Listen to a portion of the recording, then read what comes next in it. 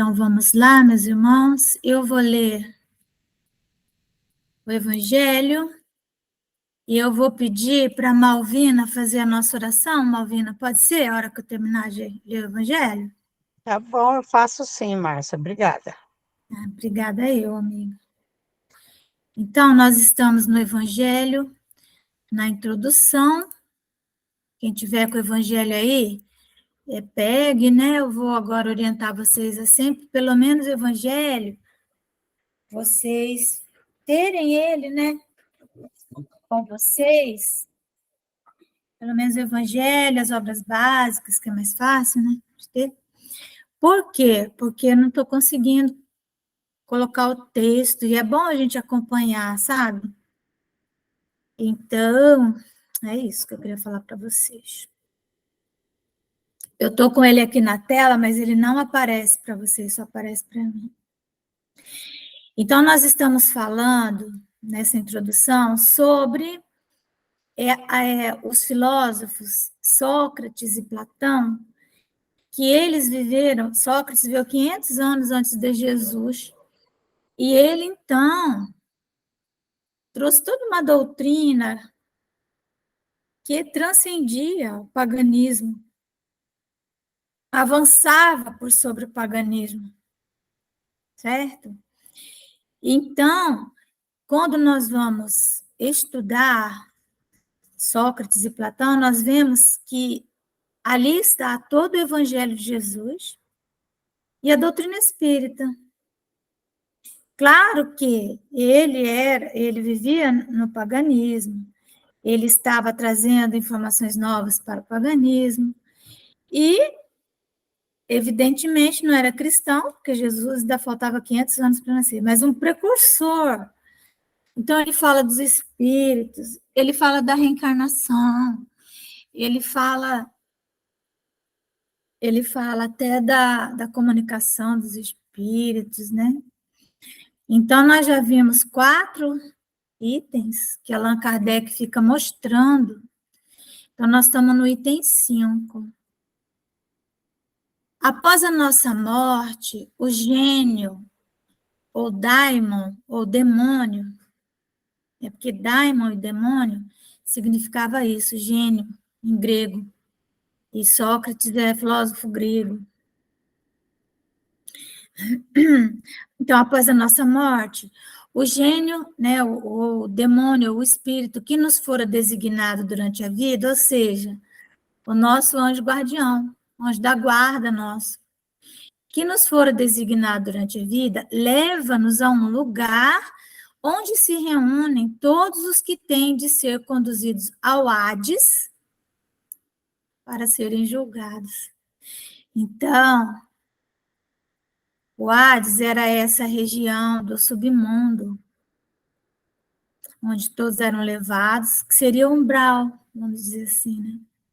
E ali, as almas, depois de haverem estado no Hades, porque isso aqui, esse Hades, né, é da mitologia, né, do paganismo.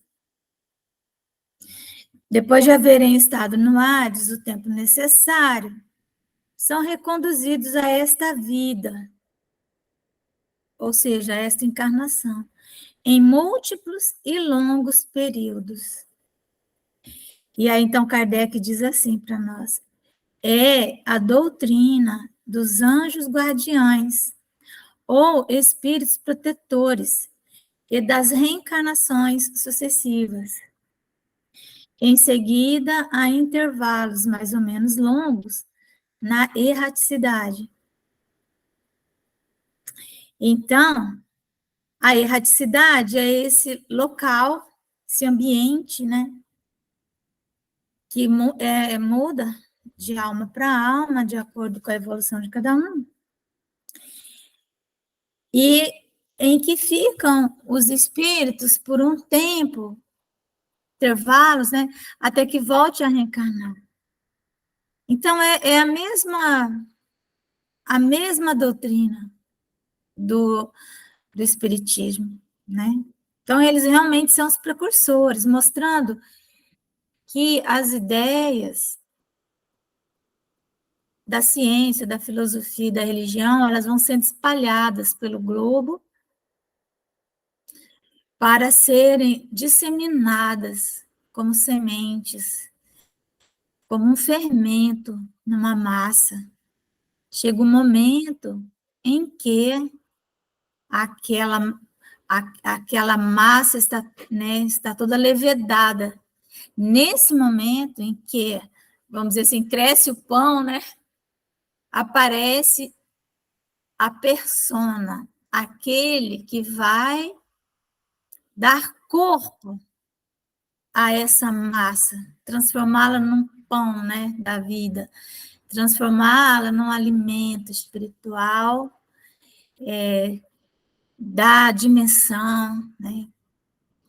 Então, foi assim, né, com Moisés, antes dele, todos os profetas, tal. E assim com Jesus, não é? Porque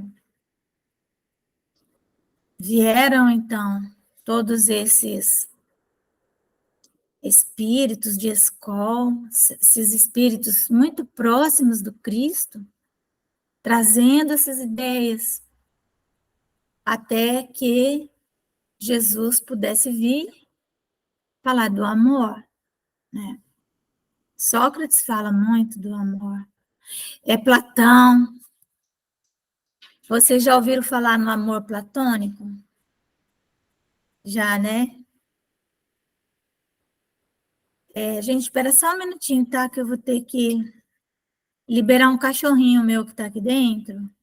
Desculpa, tá, gente?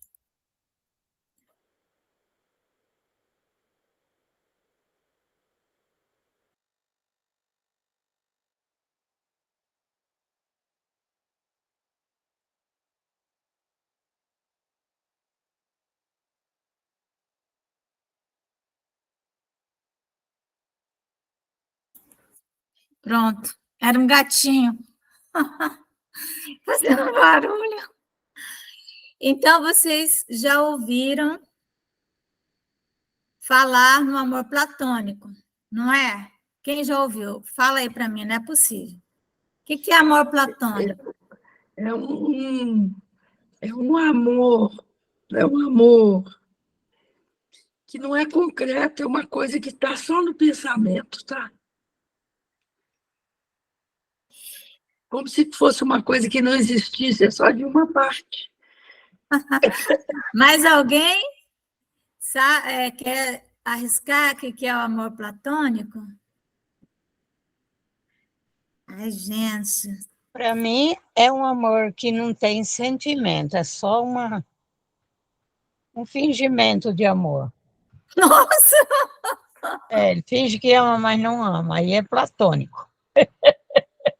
Não sei Eu se é acho isso. que amor platônico, por exemplo, é o amor que eu tenho no meu tempo, o Rock Hudson. Eu nunca Só tive de amor por esse longe. povo, não. Só de longe, né, amiga?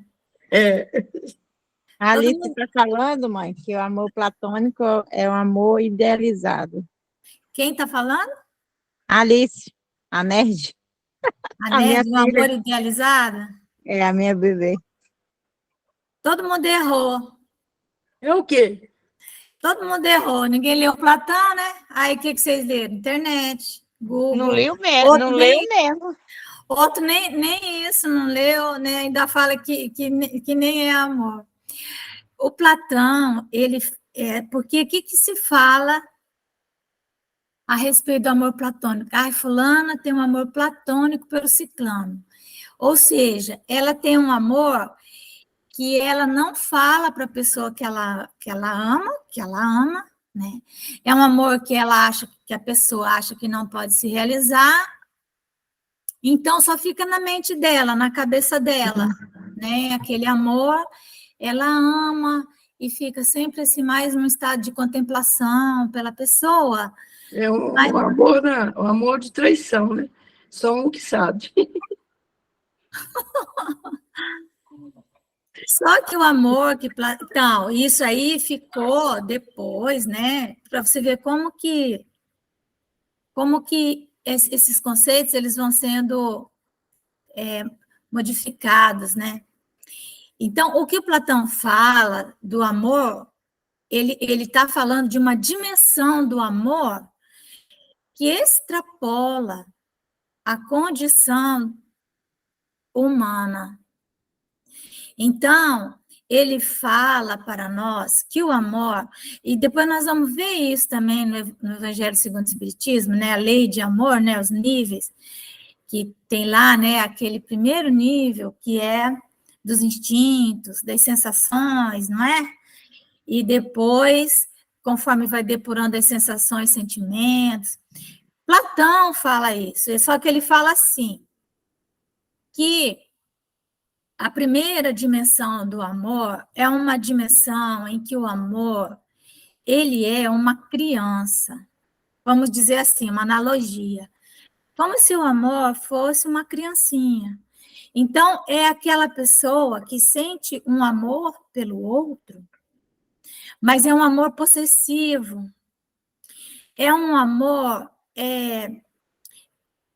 que suga o outro em tudo que ele tem, que se alimenta do outro, mas não dá nada em troca.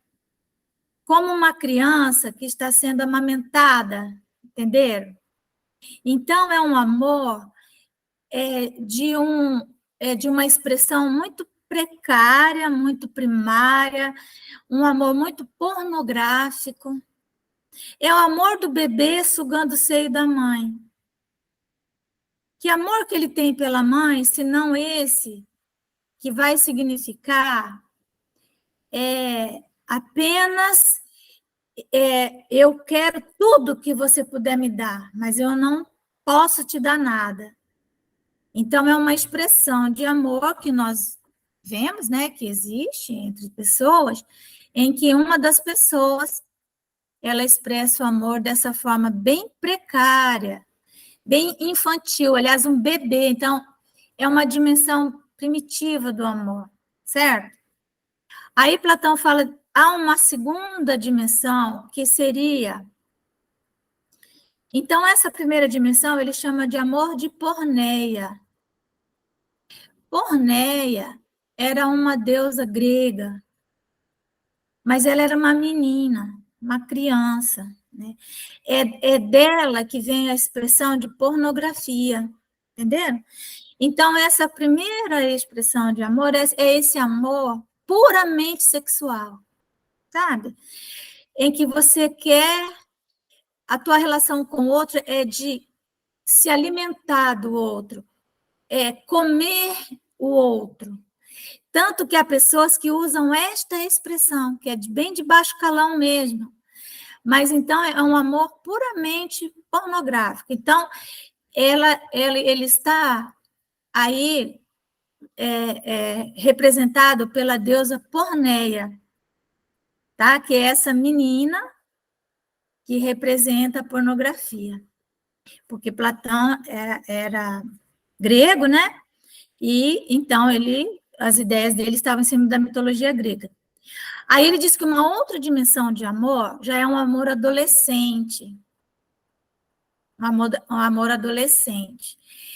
Que é o amor de Eros, do deus Eros, que na mitologia é o deus Eros, e que na mitologia romana é o Cupido.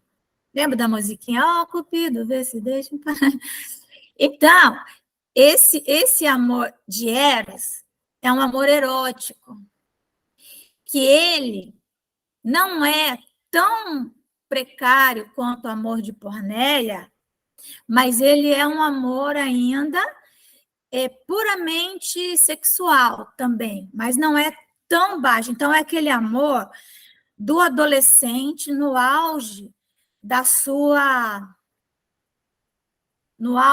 suas expressões de hormônio. Amor de Eros, amor erótico, então o erotismo. Todo voltado para essas expressões do corpo, certo? Segunda dimensão do amor. Aí, tem uma terceira dimensão do amor, que é o máximo, só que esse amor de Eros, ele é um amor que ele é muito passageiro. O amor de Eros é como um incêndio na floresta. Então, o jovem, o adolescente, ele acha que está completamente enlouquecido pela pessoa, e aí ele faz um monte de coisa, e de repente, como um incêndio na floresta, aquilo passa, acaba. Do mesmo jeito que chegou, acaba, e atrás fica cinzas e rescaldos. Então, quando a pessoa se une à outra, no amor de Porneia ou no amor de Eros, essa relação ela vai acabar. Pode até perdurar, vamos dizer assim, a união, por interesses, mas isso não vai perdurar. Porque sempre uma expressão de amor que ela não vai ter, ela não vai se propagar no tempo, entendeu? Então, as pessoas vão evoluindo. Aí, a terceira dimensão, que é um amor adulto, é um amor mais, vamos dizer assim, mais pensado, é um amor mais baseado na realidade, então chama-se amor de filhas, filia. Filha chama-se amor filial, ou amor fraternal, que é quando as pessoas, às vezes, se casam sob o amor de Eros, certo? E aí vem os problemas, e aí eles vão aprendendo a se amar fraternalmente, os cônjuges, certo? Normalmente, a pessoa casa sob Eros, certo? E aí, esse amor fraternal, ele é um amor adulto, é um amor mais responsável, que se preocupa com as consequências, diferente de Eros, que não se preocupa com as consequências, entendeu?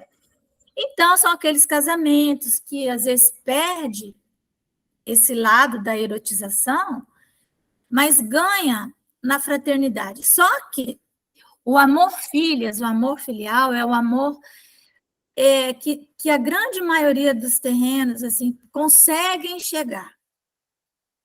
Mas ele é um amor de troca ainda. É um amor ainda que um companheiro fala para o outro, olha, eu te dou isso, mas você me dá isso. Sempre está havendo cobranças, entenderam? É um amor de cobrança. Que é o que a gente vê nos casamentos mais antigos, sempre tem cobrança. E, finalmente, o amor ágape. Essa é a dimensão que nós chamamos de amor platônico. A dimensão de ágape, ele é uma dimensão de amor que transcende tudo isso. É como a pessoa, se ela puder realizar com o outro as dimensões de Eros e de filhas, ela vai realizar.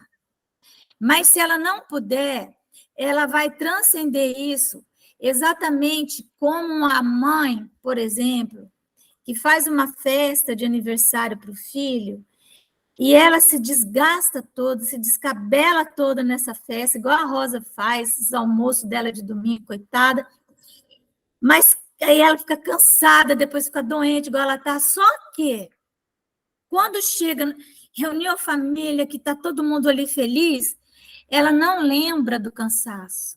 Vocês entenderam o que é o ágape? O que é o amor platônico? O ágape, o auge do amor platônico, é esse amor transcendente, que se você tem numa relação conjugal, vai significar que se você pode realizar essa relação conjugal, isso é uma coisa assim, sei lá, de alma gêmea, de coisa assim mais transcendente, né? Em que você consegue realizar todas as dimensões de amor. E é o amor do extremo sacrifício. Isso que é o amor platônico. É o amor do sacro ofício, do ofício sagrado, daquela pessoa que fica no hospital com a outra, em que o cônjuge, às vezes, não tem mais respostas, vamos dizer assim, nenhuma física, mas você ainda, vamos dizer assim, transita na energia, nas forças sexuais da alma, não do corpo, sabe? É um alimento. Isso que é o amor platônico, é o amor de ágape. Então, é isso que Platão fala do amor. E é isso que está no Evangelho, segundo o Espiritismo, em lei de amor. É essa evolução do amor.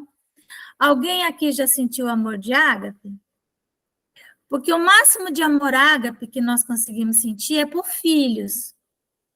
Filho mesmo. Por marido, normalmente, quando ele é um amor muito maduro e muito, vamos dizer assim,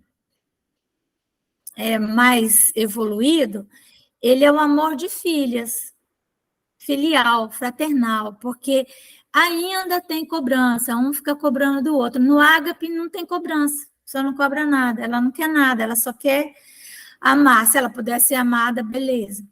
É o amor de Francisco de Assis. Entenderam? Não entenderam? Aprenderam o que é amor? Hein, Malvina? Malvina? Oi, Aprendeu o que é amor platônico? aprendi, mas para mim não é isso.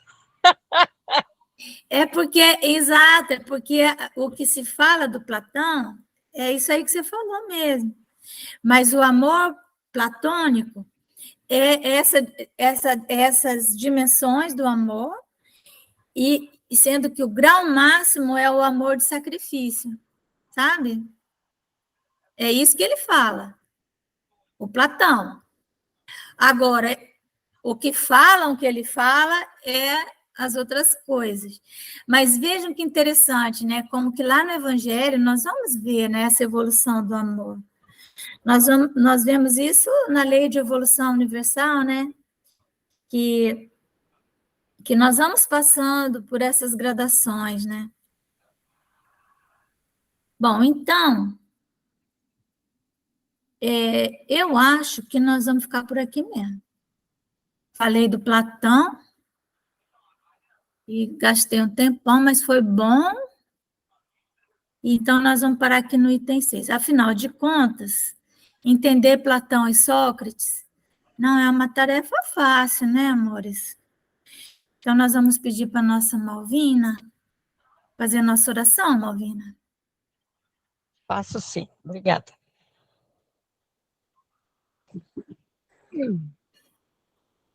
Nesse instante, vamos fechar os nossos olhos, pensar em Jesus e agradecer. Agradecer ao Senhor por mais um dia vivido, pelos nossos amigos, pelos nossos familiares, que Jesus possa derramar bênção em todos nós, nos nossos lares, dos nossos amigos, daqueles também que não puderem estar conosco. Jesus, abençoa todos os nossos irmãos que desencarnaram, levando todos para a luz, para as escolas de ensinamento, hospitais de tratamento, que todos possam ser socorridos pelos espíritos amigos e por ti, Mestre Jesus. Te peço nesse instante, Jesus, bênçãos para o nosso Brasil, que possamos, Senhor, contar com a mudança dos nossos governantes, para que possamos ter mais seguranças em nossas vidas. Também peço por esses países que estão guerrilhando, que a tua luz, Senhor, a tua misericórdia, chegue até eles para acabar com essa guerra tão sangrenta, que a luz, a paz, a misericórdia seja com todos.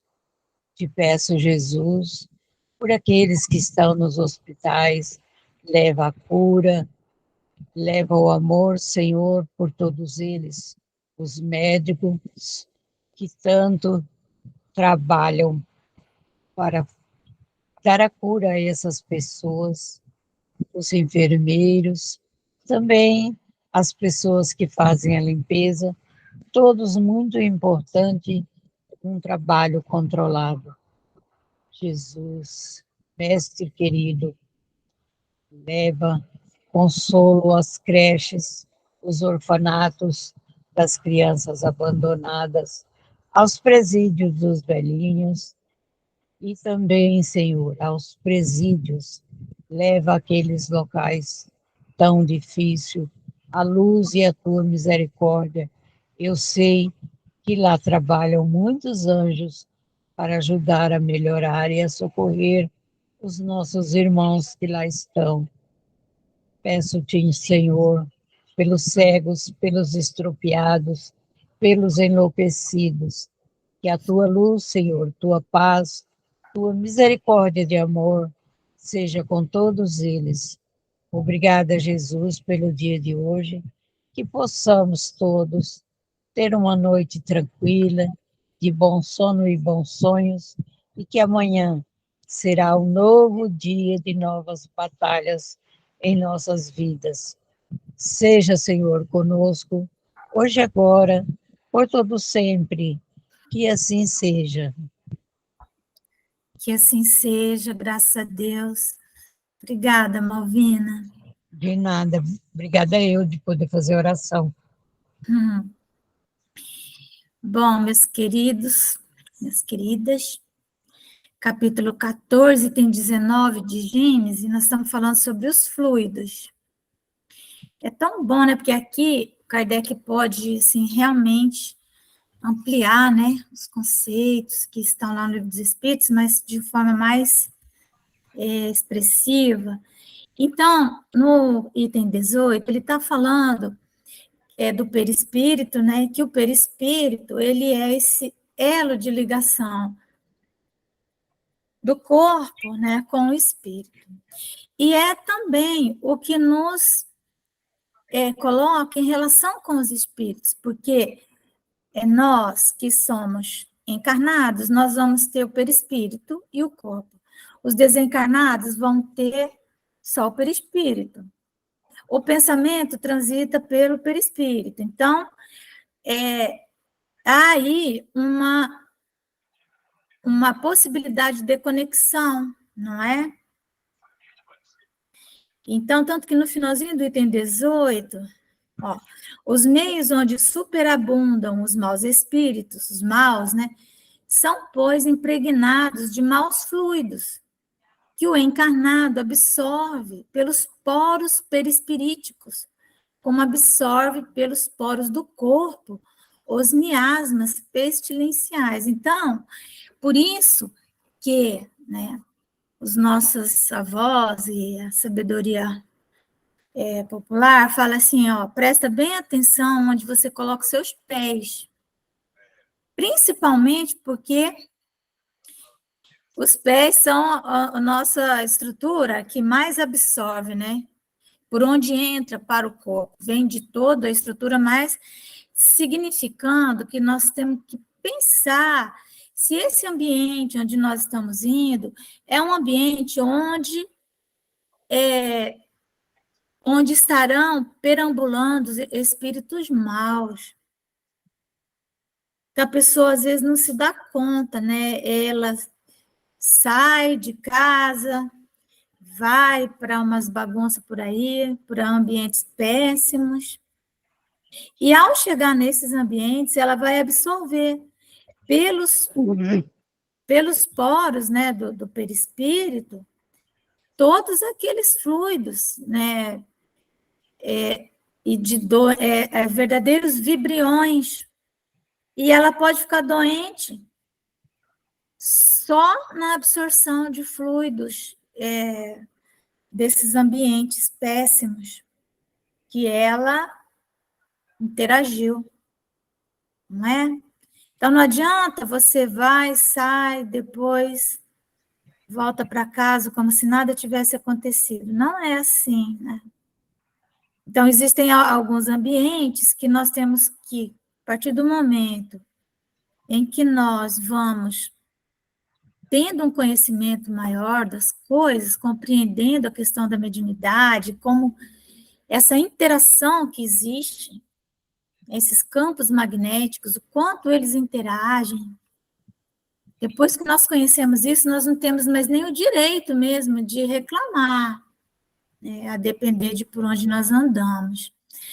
E os espíritos amigos, quando eles veem que é alguém que tem conhecimento, que sabe, e que está pisando em área, vamos dizer assim, lodosa, né, em pântano, voluntariamente, ele não foi colocado lá sem, porque às vezes você te colocam, né, em determinado ambiente. Às vezes você está no lugar, está dentro do ônibus, não tem como, tem que pegar o ônibus. Então, aí é diferente, mas se você foi para um ambiente péssimo, voluntariamente, eles deixam. Eles deixam. E mais ainda, né, como nós estudamos na mediunidade, o que vai acontecer? Se nós temos lá no perispírito, né, na nossa alma, determinadas categorias magnéticas que ainda não reverberaram no corpo físico, mas que quando reverberarem serão doenças, mas que encarnar é ter esse espaço-tempo para nós aprendermos a amar, né? O amor cobre a multidão dos pecados, fazermos o bem. E aí, com esse amor, quando aquela doença descer para o corpo já está tão iluminado que ela, às vezes, nem se manifesta. Mas, às vezes, o contrário. Você encarna e você, então, envereda por esses caminhos estreitos, por esses atalhos, né, do prazer. Isso que eu estava falando, né? A pessoa muito envolvida ainda num amor de porneia, num amor de eros, de muito baixo calão, ou, às vezes, outras coisas, outros vícios, jogo, é tanta coisa, né? O que vai acontecer? Ela vai sugar do perispírito aquelas doenças que têm afinidade com os fluidos que ela pegou no ambiente. Ela pegou ali, aquele fluido está no corpo, o corpo também tem essa comunicação com o perispírito, vai lá e puxa. Então, item 19. Assim se explicam os efeitos que se produzem nos lugares de reunião, onde pessoas se reúnem. Uma assembleia é uma reunião de pessoas, tá?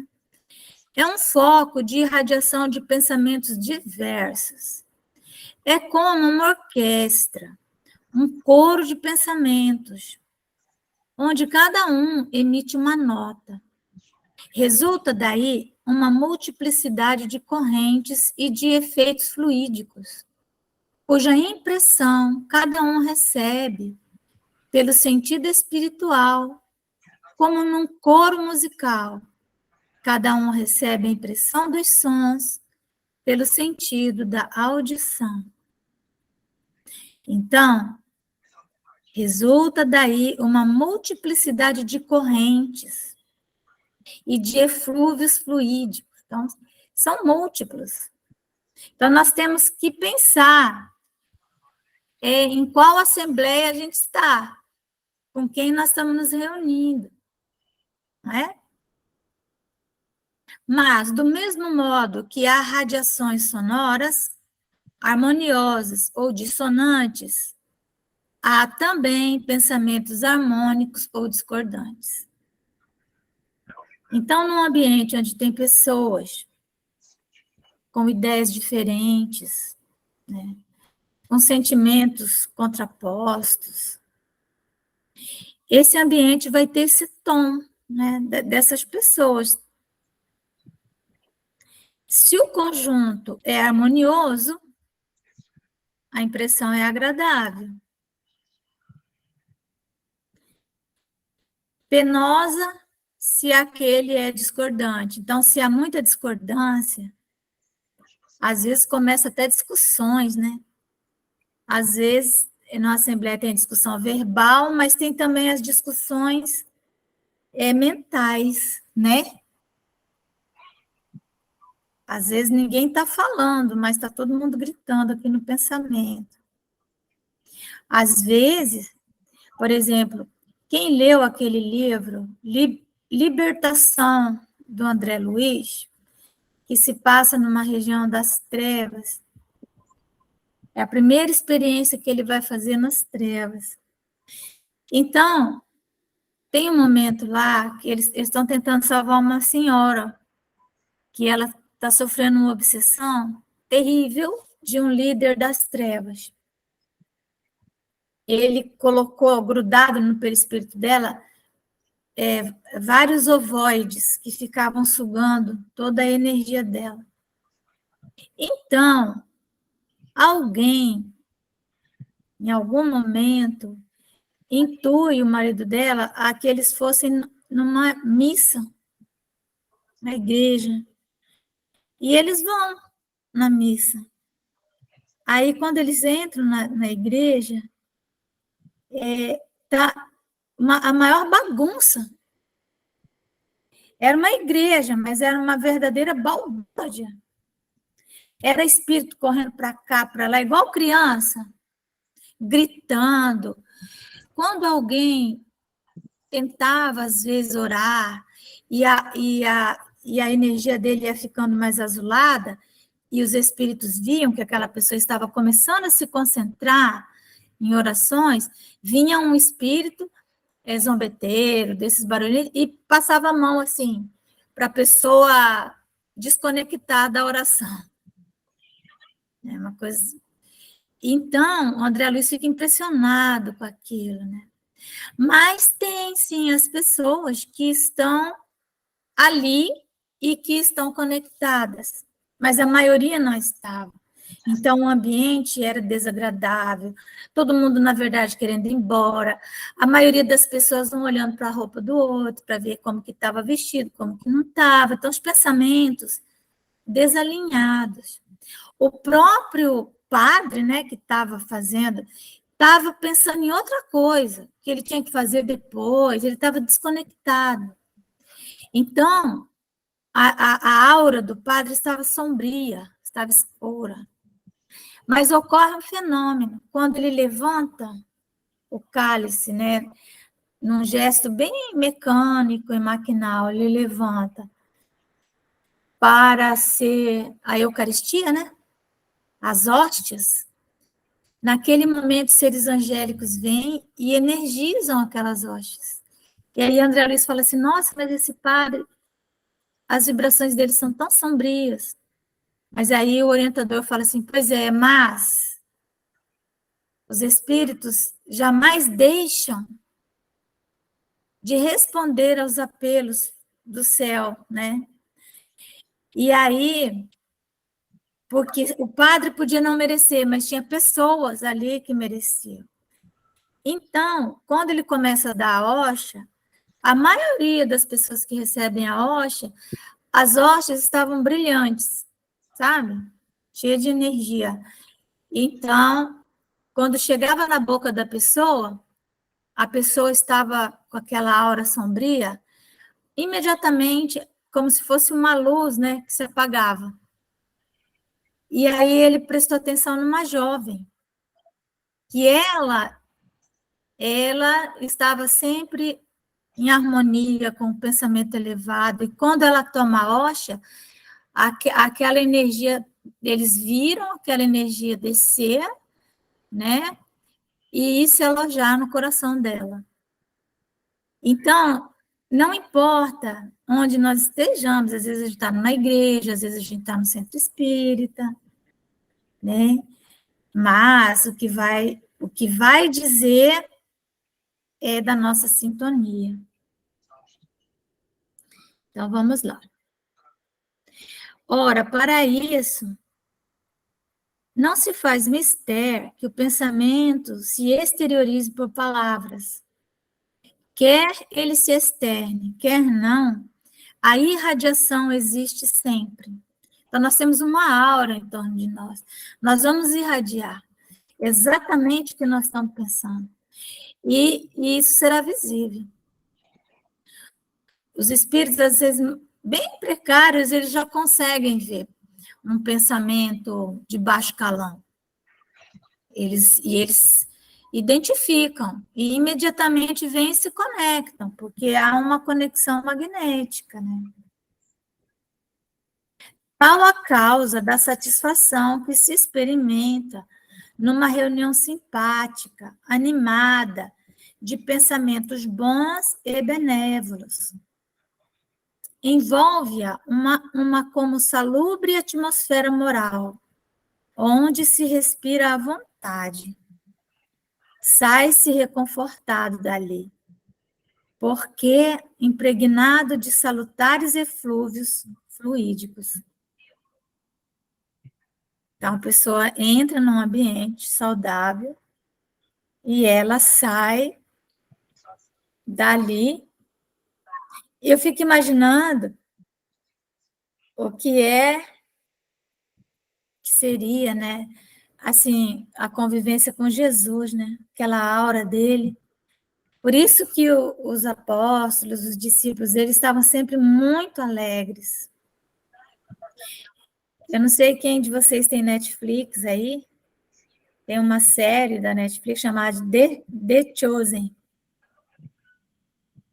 Depois vou postar no grupo. Os Escolhidos. É sobre Jesus, mas é uma coisa maravilhosa essa série. Maravilhoso. Não, maravilhoso. Não é? Está assistindo? Tô. Pois é. E agora o SBT comprou, né? A série. Tá vendo? Sempre tem, né? Esse grupo que fez essa série, eles não têm fins lucrativos. Eles pedem doações e tal, sabe? É maravilhoso. Então, é até estranho que a Netflix esteja passando, né? Porque ela... A Netflix é já do mal. Ela já fez tanto mal para Jesus. Mas então, como Jesus, né, ele conseguia falar a linguagem de cada pessoa, das crianças, é a coisa mais linda ele com as crianças, né? Ele dançando nas bodas de Caná, é muito bonito. Então, envolve-a uma como salubre atmosfera moral, onde se respira à vontade. Sai-se reconfortado dali, porque é impregnado de salutares eflúvios fluídicos. Tem pessoas que têm esse magnetismo, né? Essa aura. Eles chegam na casa da gente e a casa da gente se transforma, não é? Se enche de luz. Exatamente. Não tem? Tem. O contrário também é verdadeiro. Aqui em Belo Horizonte tinha um senhor, ele era gerente do Banco do Brasil, ele era do Norte. E ele veio para cá e formou um grupo espírita. O grupo chamava Ergue-te e Caminha. E só de gente bem amadurecida e tal, dentro da doutrina. Aí ele me convidou para ir na reunião deles. Porque eu estava assim, eu tinha uns 20 anos, 22 anos, e a mediunidade estava muito aflorada. Aí, quando ele tinha um grupo que ele visitava as casas, sabe? Visita fraterna. Quando ele chegava na casa da gente, parecia que a casa da gente iluminava.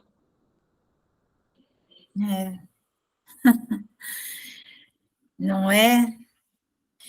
Tinha um senhor aqui também, em Rondônia, quando eu cheguei aqui, chamava Seu Passarinho. Ele já estava aposentado e ele passava o dia inteiro na frente do centro espírita. Foi a primeira pessoa que eu conheci aqui. Eu procurei vários centros espíritas, eu não consegui achar nenhum que fosse Kardec, né? Eu já estava desistindo quando eu conheci seu passarinho. E nós tínhamos evangelho no lar, na minha casa, né? Sempre tivemos. E ele ia nos nossos evangelhos. Então, a gente vê ele de longe vindo, né? Parece que era uma luzinha que estava vindo, sabe? Existem essas pessoas, elas são assim, né? É. Então, Esse seu Virgílio ele deixou tanta obra, o Hospital Espírita André Luiz, o Paulo de Tarso, que agora é um hospital para. Agora é hospital geral, mas antes era asilo de velhos e depois passou a ser um hospital de problemas, pessoa que sofria acidente, recuperação. Ele fundou, nossa, mas é muita coisa que ele fundou. Muita coisa. é por isso, né, que a dona Jona fala, né, para que nós que temos que viver de tal maneira que vivemos a deixar pegadas de luz, né, por onde nós passarmos, para que aqueles que vierem atrás de nós consigam enxergar, né, por onde caminhar. Então, é a responsabilidade que temos, né, de buscar esse amor ágape, que é o amor do extremo sacrifício, né, que Platão falava, que não é um amor assim de Francisco de Assis, de Fabiano de Cristo, de Eurípides Barçanufo, essas almas que elas não pensam nem um minuto para se entregar em holocausto, para darem a sua vida em benefício dos outros, né? Então, não é o amar o próximo como a si mesmo, é o amor de filhas, né? É o amor fraternal, é o amor filial, é aquele amor que é uma troca, amar o próximo como a si mesmo. Né? Mas o amor de ágape é aquele amor que Jesus fala, né? Eu vos deixo um novo mandamento, que vos ameis uns aos outros, como eu vos tenho amado, né? Então, é um amor de transcendência. Ele não precisa se retroalimentar do outro, né? Então, está dizendo aqui desse ambiente. Aí ele diz assim, basta, porém, que se lhe misturem alguns pensamentos maus para produzirem o efeito de uma corrente de ar gelado no meio tépido, né? No meio quente. Tá tudo quentinho, morninho, vem aquela corrente de ar gelado. Né? Ou de uma nota desafinada num concerto. A pessoa vai perceber logo. Desse modo, também se explica a ansiedade, o indefinível mal-estar que se experimenta numa reunião antipática. Está todo mundo rindo, mas há uma antipatia ali generalizada, né? Ser antipático, o que significa? Simpático, simpatia, significa estar na mesma sintonia, né? Não quer dizer que você seja, vamos dizer, simpático, que você seja risonho, ou que você, vamos dizer assim, seja bonzinho. Você pode ser simpático a uma pessoa má, entenderam? A simpatia é isso. A reunião antipática é quando tem vibrações diferentes. Né? Então, às vezes, uma pessoa nos é antipática, não é que a gente não gosta dela, é porque não há simpatia entre nós, não há comunhão de ideias, nem de ideais. Então, esse mal-estar que se experimenta numa reunião antipática, né, de coisas antagônicas, onde malévolos pensamentos provocam correntes de fluido nauseabundo, quer dizer, que causam enjoo, náuseas. É interessante ele falar nauseabundo, porque o plexo gástrico é o plexo da mediunidade, é onde nós vamos ter a maior parte dos impactos mediúnicos, elas vêm no plexo gástrico. As obsessões, os espíritos obsessores, eles se conectam aos vibriões, né, que nós temos no estômago, no intestino. Sabia?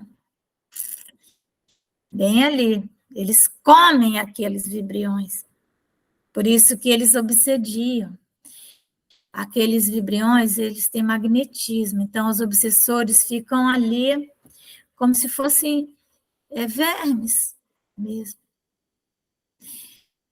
Por isso que tem alguns medicamentos para verme que nos ajudam tanto. Depois a gente conversa, mas é incrível, né? Isso é uma realidade. Então, nauseabundo. Então, às vezes você entra num lugar, sente um enjoo. Mas é isso mesmo, é enjoo mesmo. Porque o teu plexo gástrico, ele sente aquele impacto, sabe? Então, meus amores, ficamos só no 19. Deixa eu ver até onde. Não, vou ler o 20. Temos 2 minutos.